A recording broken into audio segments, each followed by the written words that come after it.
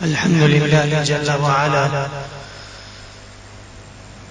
وصلى الله وسلم على رسوله المصطفى ونبيه المجتبى وأمينه على وحي السماء وعلى آله النجبى وأصحابه الأتقياء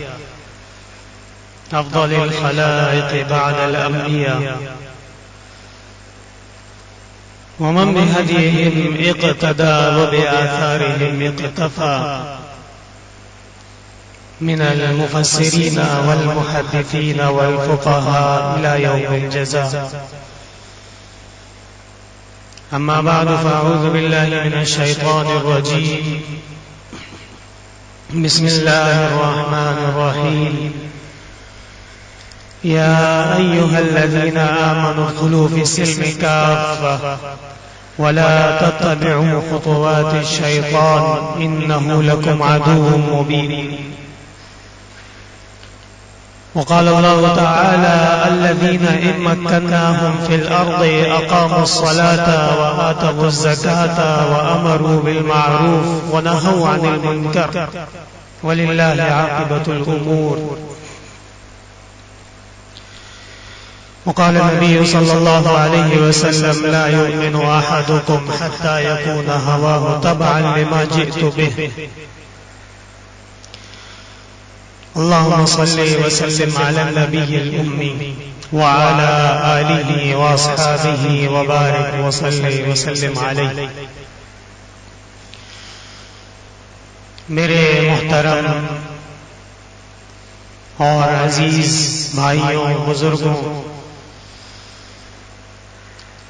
آج کا جو جمعۃ المبارک کا دن ہے، یہ مسلمانوں کی دینی رہنمائی کے حوالے سے اور مسلمانوں کی صحیح رہنمائی کرنے کے لیے علماء کرام، طلباء کرام، اہل علم، مدارس، مساجد والے ان کے لیے یقیناً نہایت اہمیت کا حامل ہے، اس لیے کہ آنے والے چند ایام میں دو ایسے مواقع آ رہے ہیں کہ جن کا یقیناً ایک مسلمان اور پاکستانی کی زندگی پہ اور اس کے معمولات پہ اثر پڑتا ہے. پہلا موقع وہ تو 14 اگست کی تاریخ، جسے عوام کی زبان میں جشن آزادی کہتے ہیں، اللہ تعالیٰ کا عظیم احسان، اللہ تعالیٰ کا عظیم تحفہ، اور اللہ تبارک و تعالیٰ کی طرف سے ہمارے لیے فضل اور رحمت کا نمونہ ملک خداداد پاکستان جو اللہ تبارک و تعالیٰ نے ہمیں عطا فرمایا. اس عظیم نعمت کے شکر میں اور اس عظیم نعمت کے احساس میں اس دن میں تھوڑا سا وقت ہر پاکستانی مسلمان کو نکالنا چاہیے. اور اسی طرح پھر چند ایام کے بعد وہ واقعہ دل خراش کربلا، حضرت حسین ابن علی رضی اللہ عنہ اور ان کے دیگر صحابی اہل خانہ، ان کی شہادت اور مسلمانوں کے اوپر ایک عظیم سانحے کا آنا، وہ بھی یقیناً بہت اہمیت کا حامل ہے.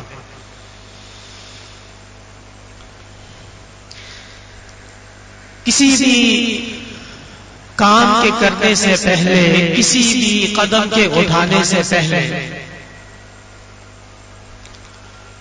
ایک عاقل بالغ عقل سلیم کے حامل مسلمان،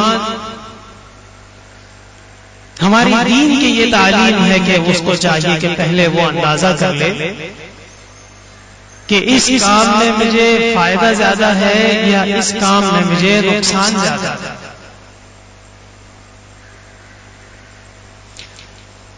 اور اس سلسلے میں اللہ تبارک و تعالی سے بھی رہنمائی طلب کی جاتی ہے. مثلا حضرت جابر بن عبداللہ رضی اللہ عنہ فرماتے ہیں کان رسول اللہ صلی اللہ علیہ وسلم يعلمنا الاستخارة كما يعلمنا سورة من القرآن الكریم. رسول اللہ صلی اللہ علیہ وسلم ہم کو دعائے استخارہ ایسے سکھاتے تھے، یاد کرواتے تھے جیسے قرآن کریم کی کوئی آیت یاد کرواتے تھے.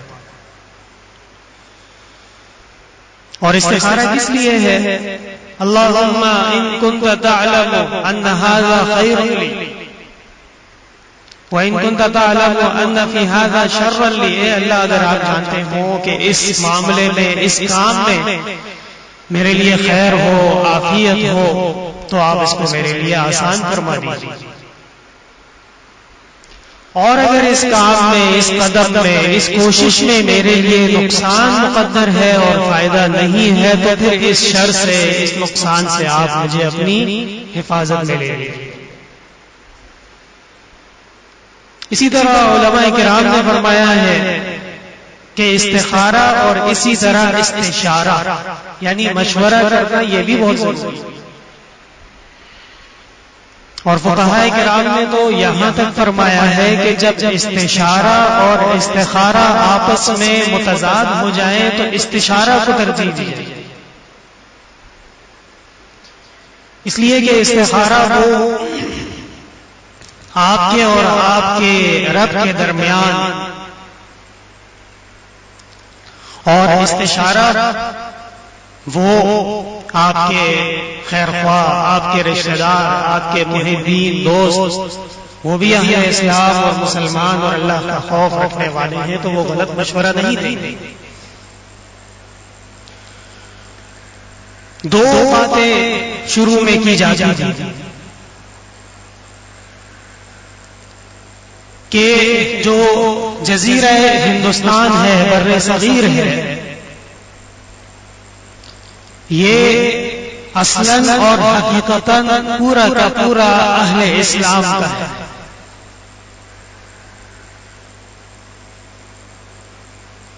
تم 700 سال اپنی غلامی میں رہ رہے ہو، یاد نہیں تو ہند کی تاریخ لکھا دو. خواہ وہ شہاب الدین غوری ہو، نصیر الدین بلبن ہو، فیروز تغلق ہو، یا پھر جہانگیر ہو، یا اکبر ہو، یا شاہجہاں ہو، یا اورنگزیب عالمگیر رحمت اللہ علیہ ہو، سلطان محمود غزنوی ہو، احمد شاہ ابدالی ہو، کتنے نام ہیں. اور یہ سارے کے سارے ایسی شخصیات اور سارے کے سارے عظیم سلاطین بادشاہ رہے ہیں، اور پورے پورے ہندوستان کے علاقے مطلقاً انہی کے دستے حکومت میں ہوتے تھے. اورنگزیب عالمگیر رحمت اللہ علیہ کے دور میں پورے ہندوستان کے اندر جو ہندوستان کا آفیشل ریلیجن تھا، جو ہندوستان کا حکومتی طرف سے متعین مذہب تھا اور مسلک تھا، وہ یقیناً اسلام اور مسلمان تھے. اور غالباً 54 یا 58 سال اورنگزیب عالمگیر نے حکومت کی ہے ہندوستان میں، اور اس پورے کے پورے دور حکومت میں مجال نہیں تھی کہ کسی مسلمان پہ ہاتھ اٹھے، کسی مسلمان کو تکلیف پہنچائی جائے، کسی مسلمان کے خلاف کوئی حملہ کیا جائے. بلکہ اورنگزیب عالمگیر رحمہ اللہ نے اس پورے آخر عمر تک جہاد کو نہیں چھوڑا. یا ایھا الذین آمنوا ان تنصروا اللہ ینصرکم ویثبت اقدامکم. مفسرین فرماتے ہیں ان تنصروا اللہ ان تنصروا دین اللہ، اگر اللہ کے دین کی مدد اور نصرت، اللہ کے احکام آگے بڑھانا، اللہ کی زمین پہ اللہ تبارک و تعالی کی ہی کتاب کے احکام جاری ہو جائیں تو اللہ تبارک و تعالی نے فرمایا ینصرکم، میں تمہاری مدد کروں گا۔ ومن اصدق من اللہ قیلا، قرآن میں ہے کہ اللہ تبارک و تعالی کے وعدے، اللہ تبارک و تعالی کے احکام، وہ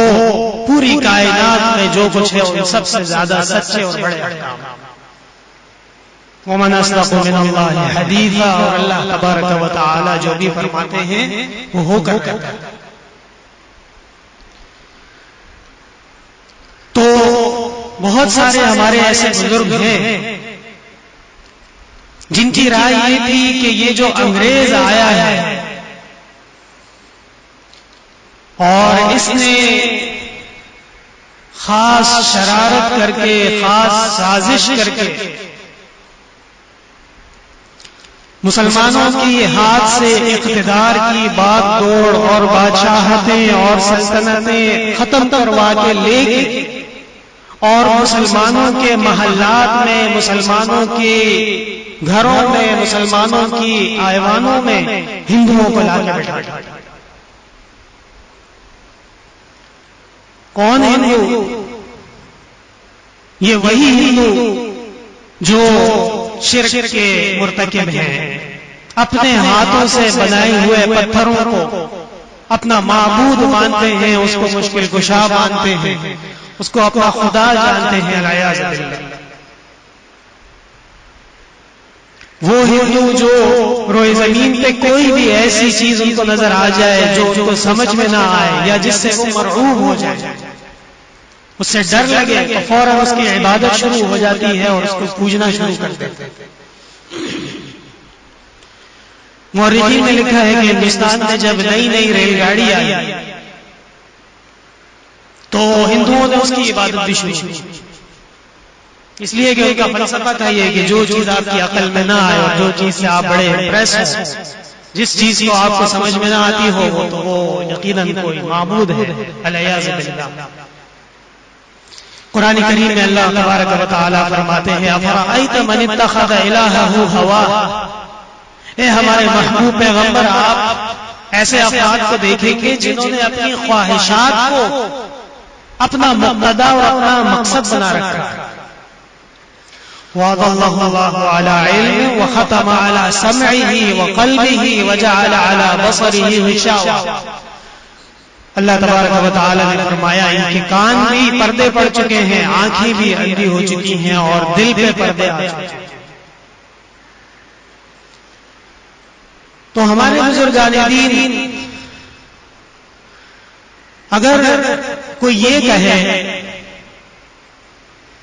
کہ پاکستان کے حدود کراچی سے شروع ہو کر تورخم پہ ختم نہ ہو، بلکہ پاکستان کے حدود کراچی سے شروع ہو کے کلکتہ پہ ختم ہونے چاہیے، یا پاکستان کے حدود کراچی سے شروع ہو کے اور احمد آباد گجرات اور اس کے علاوہ مسلمانوں کی بے شمار اعلیٰ ترین تاریخی ریاستیں حیدرآباد دکن ہے اور اسی طرح میسور ہے، یہ تمام مسلمانوں کے اکثریتی علاقے۔ تو اگر کوئی یہ شخص کہے کہ یہ تمام علاقے پاکستان کے اندر داخل ہونے چاہیے تھے اور مسلمانوں کا حق ہے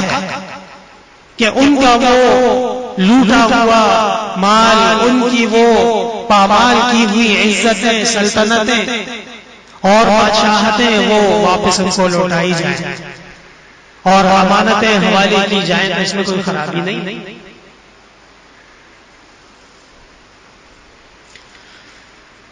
اس لیے کہ اگر اہل اسلام ایک طرف محدود کر دیے جائیں اور ان کو ایک مخصوص علاقے میں بتا دیا جائے کہ بس یہاں تک آپ ہیں اور یہاں آپ نے جس طرح عبادت کرنی ہے، جس طرح نماز پڑھنی ہے، جس طرح آپ نے تبلیغ کرنی ہے،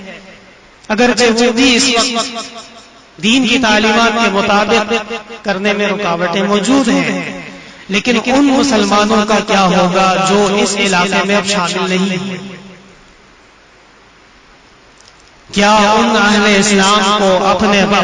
مواطن میں، اپنے شہروں میں رہنے کی اجازت دی جائے گی؟ اور کیا وہاں پہ مسلمان محفوظ ہوں گے؟ اور کیا ہندوؤں کی طرف سے ان کی جان، مال، آبرو، عفت، پاک دامنی اس کی ضمانت ہے یا نہیں؟ یہی وہ باتیں ہیں جو شیخ العرب والعجم، شیخ الاسلام، آیات من آیات اللہ، استاذ و اساتذتنا و شیخ مشائخنا حضرت مولانا حسین احمد مدنی رحمۃ اللہ علیہ فرماتے ہیں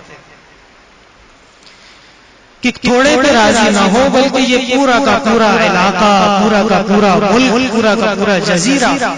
یہ ہماری وراثت ہے اور یہ ہمارا ہی ہے. اور دلائل تاریخ، ملوک کے نام، زمانے وہ سب موجود ہیں.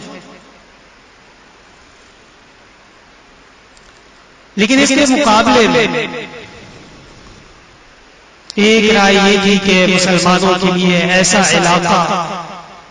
ایسی سرزمین ہونی چاہیے جہاں وہ کفار، مشرکین، بت پرستوں سے الگ تھلگ ہو کے پاک صاف ماحول میں، سکون میں، خوشحالی کے حالات میں، الذین مکناہم فی الارض، ایمان اور مسلمان کون ہوتے ہیں؟ جن کو ہم زمین پہ بساتے ہیں، اقاموا الصلاۃ، وہ نماز قائم کرتے ہیں، وآتوا الزکاۃ، اور زکات ادا کرتے ہیں، وامروا بالمعروف، اور نیکیوں کا حکم دیتے ہیں، ونہوا عن المنکر، اور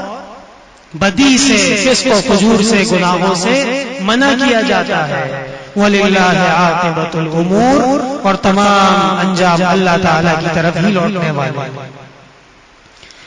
میرے محترم بھائیو، یہ ہے ایک اسلامی ریاست کا قانون، ایک اسلامی ریاست کا دستاویز.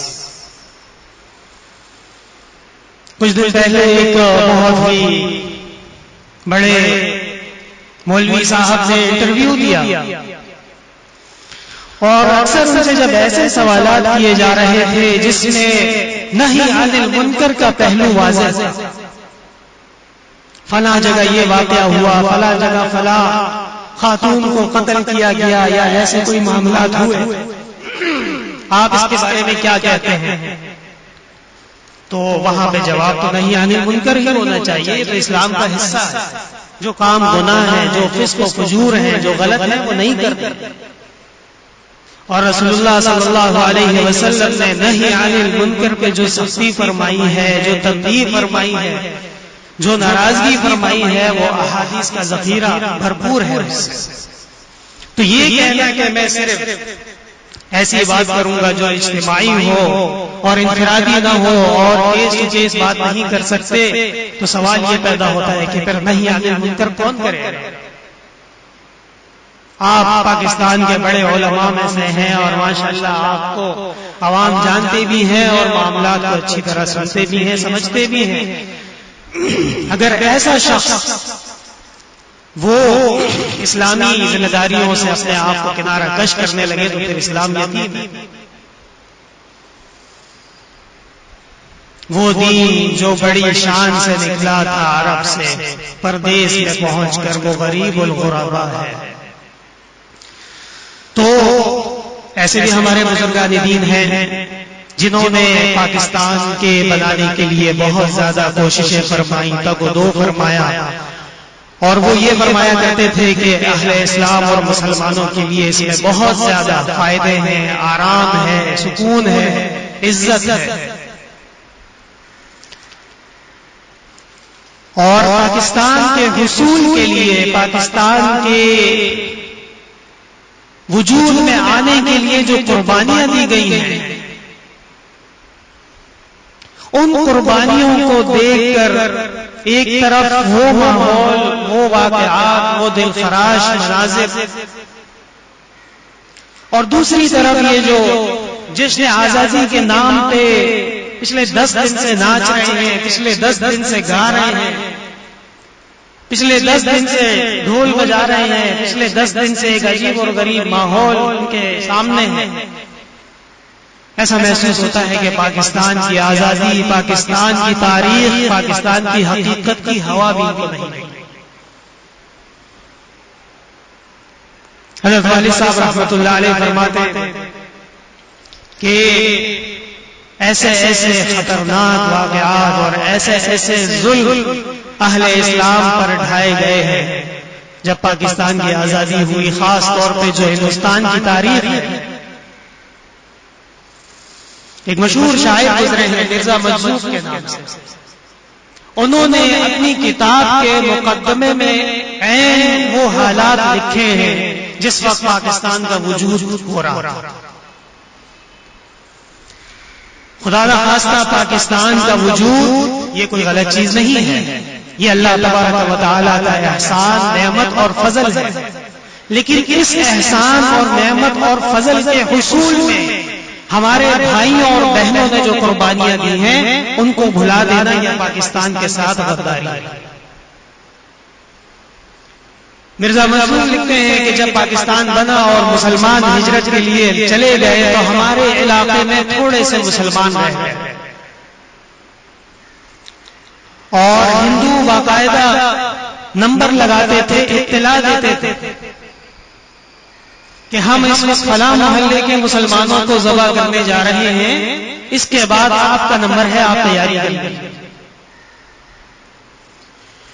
اور پھر لکھتے ہیں کہ ہمارے علاقے میں ایک مدرسہ تھا بچیوں کا بنا، وہاں خبر بھیجی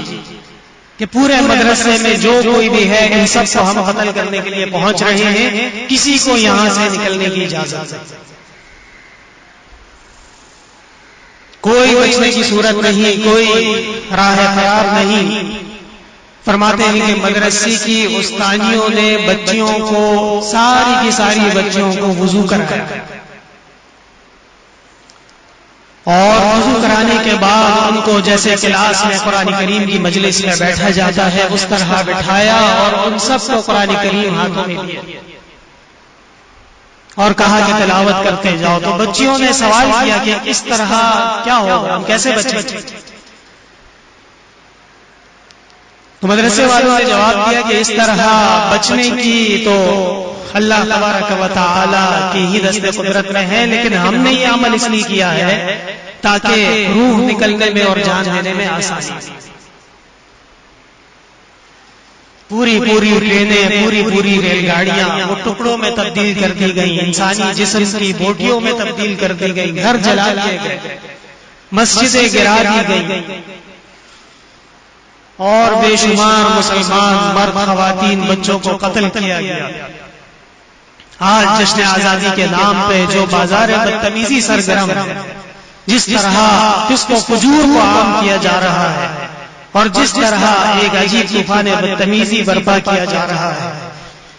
ان افراد سے اور ان لوگوں سے یہ سوال تو بنتا ہے کہ آپ یہ جو اتنی زیادہ خوشی منا رہے ہیں، کہ آپ کو معلوم ہے کہ پاکستان کے حصول میں کتنی قربانیاں اور کتنی جانیں گئی، ان کی یاد میں، ان کے ایصال ثواب میں، ان کے اعمال میں آپ کیا کر رہے ہیں؟ جشن آزادی میں ہم جو کچھ کر رہے ہیں اس میں کوئی ایک عمل ایسا بتا دیجئے دین اسلام اور شریعت کے مطابق.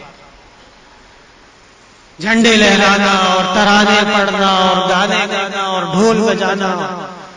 یہ تو یقیناً عوام کو شاید اچھا لگتا ہو، لیکن اسلامی تعلیمات اس کے موافق نہیں،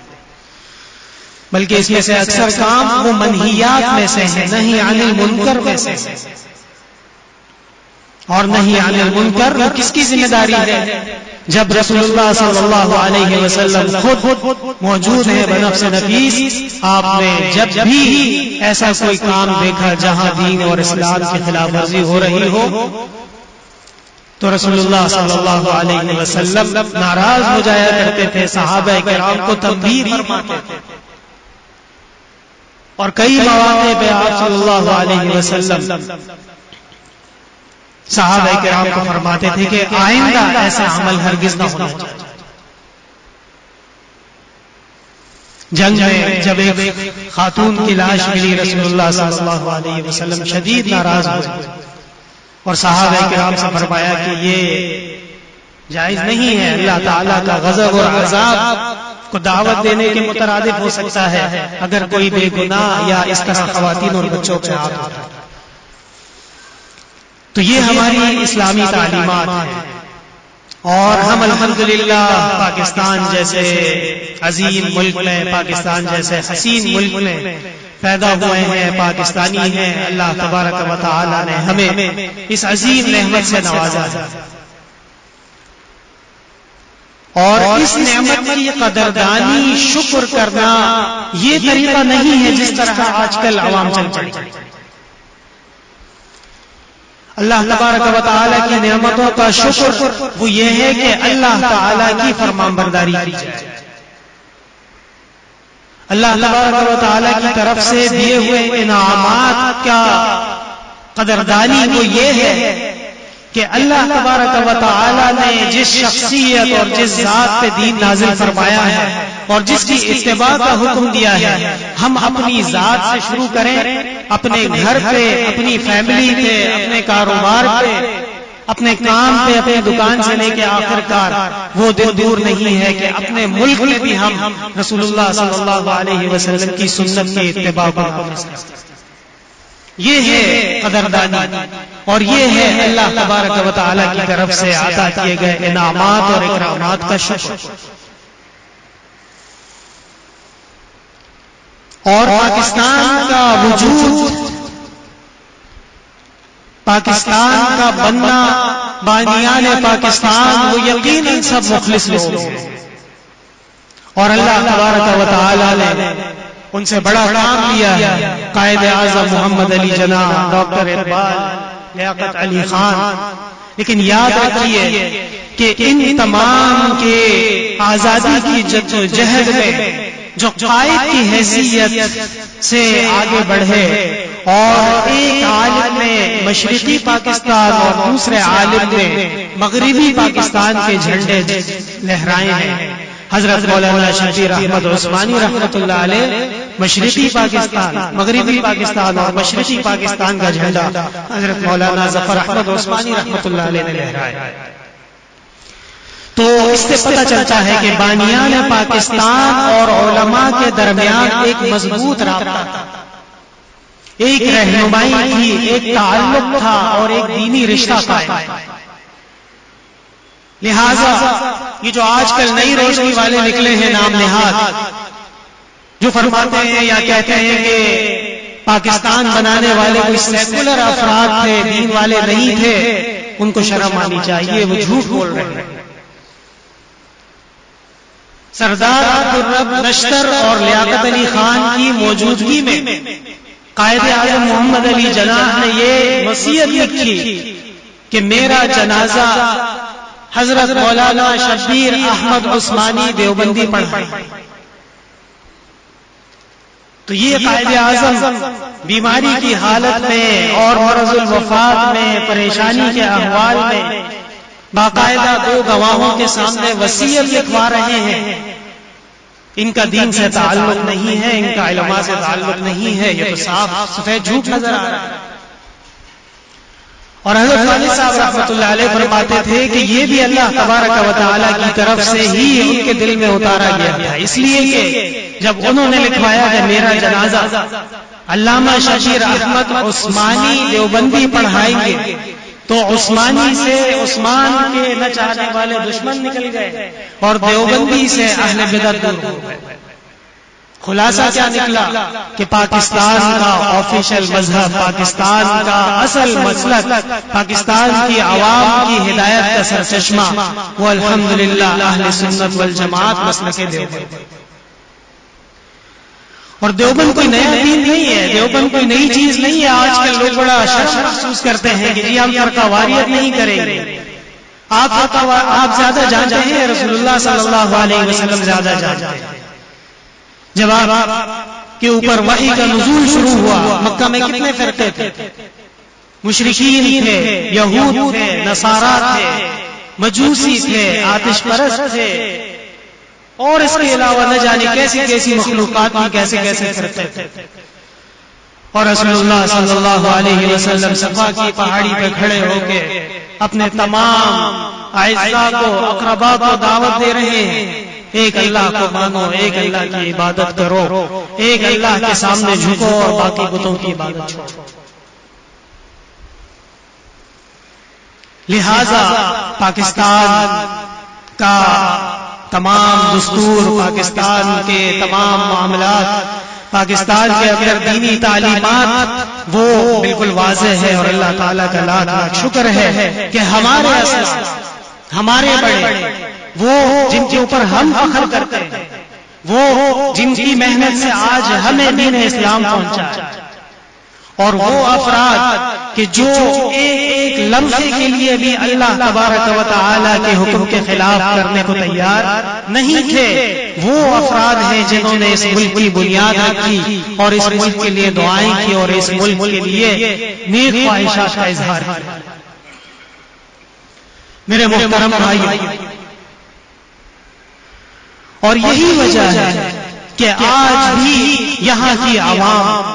یہاں کے عام مسلمان، یہاں کے نمازی، یہاں کے تبلیغی، یہاں کے دین سے محبت کرنے والے وہ دیگر ممالک کے مقابلے میں دوسرے امتیاز کی حیثیت رکھتے ہیں. حضرت والد صاحب رحمۃ اللہ علیہ سے کبھی ساتھی مذاق میں کہتے تھے کہ آپ کے جو مقتدی ہیں وہ دیگر جگہوں کے علماء سے زیادہ مسائل ہیں. تو الحمدللہ جو پاکستان کی عوام ہے وہ دیگر ملکوں کی عوام میں ایک امتیازی حیثیت رکھتی ہے. آپ اکثر سنتے ہوں گے کہ پاکستان دین کا قلعہ ہے، پاکستان کا مطلب کیا، لا الہ الا اللہ. یہ تمام چیزیں اس لیے کہ پاکستان پوری دنیا میں قرۂ ارض میں پہلا وہ ملک ہے جس کی بنیاد اور جس کو بنایا ہی اس وعدے پہ کیا ہے کہ یہاں ہم دین پہ عمل کریں. اور اس سے قبل باقاعدہ یہ جو ماڈرن انفراسٹرکچر ہے، نئی جمہوری ریاستیں جس طرح قائم کی جاتی ہیں اس طرح کوئی اور ریاست قائم نہیں کی گئی سوائے پاکستان. اور بس اللہ تبارک و تعالیٰ کے فیصلے اور جو اللہ کو منظور کہ قائد اعظم بہت جلدی فوت ہو گئے اور ان کو اتنا موقع نہیں ملا کہ وہ ایک باقاعدہ ایک دستور اپنے ہاتھوں سے بنا کے پاکستان کی عوام کو دیتے. حضرت والد صاحب رحمۃ اللہ علیہ فرماتے تھے کہ اگر ان کو موقع مل جاتا اور وہ دستور بنا لیتے تو وہ دستور پاکستان کی ترقی کا ضمانت ہوتا، بشرطے کہ وہ دین کے موافق. اس میں انہی اسلاف کی جنہوں نے پاکستان کے بنانے میں اپنی پوری کوشش لگائی. کون؟ حضرت مولانا شبیر احمد عثمانی رحمۃ اللہ علیہ. مولانا شبیر احمد عثمانی کون ہیں؟ یہ شیخ العرب والعجم حضرت مولانا سید حسین احمد مدنی رحمۃ اللہ علیہ کے خاص شاگرد، دارالعلوم دیوبند کے فاضل ہیں اور دارالعلوم دیوبند کے استاد بھی رہے ہیں اور کچھ عرصے تک دارالعلوم دیوبند کے محتمل بھی رہے ہیں. اور اس کے بعد احادیث میں حضرت شاہ صاحب رحمۃ اللہ علیہ اور حضرت مدنی کی یاد تازہ کرتے تھے. تفسیر لکھنے پہ آئے تو حضرت کی تفسیر آج عالم میں مسلم تفسیر ہے. کلام کرتے تھے تو ایسا کلام فرماتے تھے کہ لوگ عش عش کرتے تھے. ایسی شخصیت. اور اسی طرح حضرت مولانا ظفر احمد عثمانی رحمۃ اللہ علیہ، آج جسے بنگلہ دیش کہا جاتا ہے، وہ بھی پاکستان کا حصہ. یہ ناچنے گانے والے اور شور مچانے والے اور ہنگامہ کرنے والے، ان سے یہ تو پوچھنا چاہیے کہ یہ کس چیز کا ہنگامہ ہے، کس چیز کی خوشی ہے کہ تمہارا ایک بازو ٹوٹ کے تم سے الگ ہوا ہے اور وہاں پہ جو احوال ہے وہ آپ کے سامنے ہے. حضرت مولانا ظفر احمد عثمانی رحمۃ اللہ علیہ صاحب اعلاء السنن، پوری کتاب لکھی انہوں نے اور کئی جلدوں میں وہ کتاب ہے حدیث کی شرح میں. یہ وہ افراد ہیں جنہوں نے ہماری ملک کی بنیاد، ہماری ملک کی ترقی، ہماری ملک کی کوشش اور اس ملک کے وجود میں اپنے خون پسینہ کوششوں کو بھرپور طریقے سے صرف کیا. لیکن اس کے بعد ایک عجیب طریقے سے ماحول کو بدلا گیا. علماء کرام کو ریاست کے معاملات سے دور کیا گیا اور اس طرح کا منظر پیش کیا گیا کہ جس طرح پاکستان ایک سیکولر ریاست ہو اور یہاں العیاذ باللہ دین اور دین والوں کے لیے کوئی جگہ نہیں، بلکہ یہ جواب ہم دے سکتے ہیں کہ پاکستان ایک دینی ریاست ہے اور بنی اسی نام پہ ہے، جس کو دین پسند نہیں آ رہا اس کے لیے آپ کوئی جگہ نہیں۔ اللہ تعالیٰ کے فضائل، اللہ تعالیٰ کی رحمتیں، اللہ تبارک و تعالیٰ کی طرف سے خیر و عافیت، یہ ہم مسلمانوں کو طلب کرنی چاہیے۔ اور اس وقت بھی، آج بھی کشمیر کے اندر جو ہو رہا ہے، میرے خود کئی ساتھی مقبوضہ کشمیر کے، اور ان سے جب بات ہوتی ہے تو دل خون کے آنسو ہوتا ہے۔ 2 سال سے زائد عرصہ ہونے کو ہے، نہ اپنی مرضی سے آپ بازار جا سکتے ہیں، نہ اپنی مرضی سے آپ گھر والوں کے ساتھ کہیں جا سکتے ہیں، نہ اپنی مرضی سے آپ کوئی کام کر سکتے ہیں۔ قصور کیا ہے؟ قصور یہ ہے کہ تم ایک اللہ کو مانتے ہو اور تم محمد مصطفیٰ احمد مجتبیٰ صلی اللہ علیہ وسلم کی نبوت اور رسالت پر ایمان۔ آج بھی وہ مناظر اور وہ تمام سلسلے اور دشمنیاں موجود ہیں جو اہل اسلام اور اللہ اور رسول کے چاہنے والوں کے ساتھ کی جاتی ہے، لیکن کاش کے دیکھنے والی نظر ہو، کاش کے احساس رکھنے والا دل ہو، اور کاش کے ایسے آنکھ ہو جو دیکھے تو اس کے اندر نم بھی ہوتا ہو، آنسو بھی۔ تو مستقبل کے حوالے سے دعا بھی ہے کہ اللہ تبارک و تعالی پاکستان کو دن دگنی رات چگنی ترقیات عطا فرمائے، اور یہاں پہ جو ہم نے خود اپنی اعمال اور اپنی حرکتوں کی وجہ سے اللہ تبارک و تعالی کے غضب اور عذاب کو مسلط کیا ہوا ہے، اللہ تعالی مسلمانوں کو جلد توفیق دے کہ وہ توبہ کر لیں، رجوع الی اللہ کر لیں، اللہ تبارک و تعالی کی نعمتوں پر وہ شکر کریں، وہ عبادت کریں، وہ دعا کریں، وہ ذکر کریں، وہ اللہ تبارک و تعالی کے دین پہ خرچ کریں، وہ صدقہ خیرات اور زکوٰۃ ادا کریں۔ یہ نہ ہو کہ پاکستان آزاد ہوا تو ڈھول بجنے شروع ہو گئے، پاکستان آزاد ہوا تو ہماری بہنیں راستوں میں نکل کے ناچنا شروع ہو گئیں، پاکستان آزاد ہوا تو ایک عجیب طوفان بدتمیزی سامنے آ گیا۔ یہ ہمارے دین کی تعلیمات، ہماری اسلاف کی تعلیمات، ہمارے بڑوں کی تعلیمات نہیں ہیں، اور اگر اپنی تعلیمات پہ چلیں گے اور اسی کو اپنا کے آگے بڑھیں گے تو اللہ تبارک و تعالی نے ترقی، اللہ تبارک و تعالی نے خوشحالی، امن اور سکون کا وعدہ فرمایا، اور اللہ تبارک و تعالی کا وعدہ سچا وعدہ، ان اللہ لا یخلف المیعاد، وعدے کے خلاف کبھی بھی نہیں ہوگا۔ آج بھی میں قسم کھا کے یہ کہتا ہوں کہ کوئی یہ طے کر لے کہ آج کے بعد کسی بھی ملک میں، کسی بھی گھر میں، کسی بھی معاملے میں دین کے خلاف کوئی کام نہیں ہوگا، اللہ اور اس کے رسول کے احکام کے خلاف کوئی کام نہیں ہوگا، اسی لمحے سے ترقی اور آگے بڑھنا شروع ہو جائے۔ میرے محترم بھائی، یہ تمام وہ غم تھا یا وہ صدمہ تھا، پتھر خنجر چلے کسی پہ تڑپتے ہیں ہم امیر، سارے جہاں کا درد ہمارے جگر میں ہے۔ تو یقیناً پاکستان کی حفاظت بہت ضروری ہے۔ اللہ تعالیٰ نے اسلام کا ایک قلعہ ہمیں عطا فرمایا ہے، اس کی ترقی میں، اس کی تعمیر میں، اس کی بنیاد میں ہر مسلمان جو میرے سامنے آپ حضرات بیٹھے ہیں، آپ کا پورا پورا اس میں حصہ ہے۔ دنیا میں آپ کہیں بھی ہوں یا پاکستان کی سرزمین میں آپ کسی بھی شعبے میں ہوں، تو آپ نے اس طرح سے اس کو آگے لے کے چلنا ہے کہ اللہ تبارک و تعالیٰ اس میں اخلاص کی توفیق دے، برکتوں کی توفیق دے، اور اسی طرح دین کی اتباع کی توفیق دے۔ تو انشاءاللہ تعالیٰ وہ دن دور نہیں ہے کہ پاکستان واقعتاً روئے زمین پہ ریاست مدینہ کی یاد تازہ کرے، اور وہ دن دور نہیں ہے کہ پاکستان میں واقعتاً امن اور امان کا نفاذ ہو، پاکستان میں ہر مسلمان کی جان محفوظ، ہر مسلمان کی آن محفوظ، ہر مسلمان کی عزت و آبرو محفوظ۔ اس وقت جو احوال ہیں، جو حالات ہیں، گزشتہ 5-10 سال کے کراچی کی گلیوں میں، کراچی کی سڑکوں پہ علماء کو، طلباء کو، اہل علم کو، دین والوں کو اور عوام کو کھلے عام ایک دن میں کئی افراد کو قتل کیا گیا، ذبح کیا گیا۔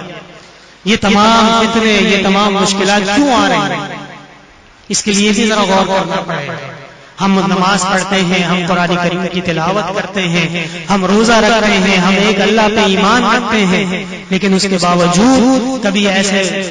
ناگفتہ بے حالات سامنے آ جاتے ہیں کہ مسلمان وہ سوچنے پہ مجبور ہو جاتا ہے۔ ان الذین آمنوا وعملوا الصالحات، قرآن میں آپ کہیں بھی اٹھا کے دیکھ لیں، اللہ تعالیٰ فرماتے ہیں کہ ایمان اور نیک اعمال، ایمان روح اور نیک اعمال جسم، ایمان ہے اور اعمال نہیں ہے تو صرف روح ہے، اور اگر اعمال ہے تو ایمان نہیں ہے تو صرف جسم ہے۔ صرف جسم وہ قبر میں ڈالنے کے قابل ہے، اور صرف روح اس کا یہاں کوئی کام نہیں ہے، وہ آخرت کا کام ہے۔ یہاں ہم نے دونوں کو لے کے چلنا ہوگا، ایمان بھی مضبوط رکھنا ہے، عقیدہ بھی مضبوط رکھنا ہے، اور اس کے ساتھ ساتھ نیک اعمال کی کوششیں بھی کرنی ہیں۔ اللہ تبارک و تعالیٰ پاکستان کو تا قیامت قائم اور قائم رکھے، اور اس عظیم اسلامی ریاست کو پوری دنیا کے اندر اور قرۂ عرض پہ عزت، آبرو، وقار اور اللہ اور اس کے رسول صلی اللہ علیہ وسلم کی دین کے اتباع کا گہوارہ، سنت کا مرکز، توحید کا چشمہ اور فیضان ثابت فرمائے۔ یہاں کے مسلمانوں پر رحمتیں نازل فرمائے، خیر نازل فرمائے، عافیت نازل فرمائے، اور آنے والے ایام اور سال پاکستان اور یہاں کے مسلمان اور تمام عالم اسلام کے لیے اللہ تبارک و تعالی پہلے سے بہتر ثابت فرمائے۔ وآخر دعوانا الحمدللہ رب العالمین۔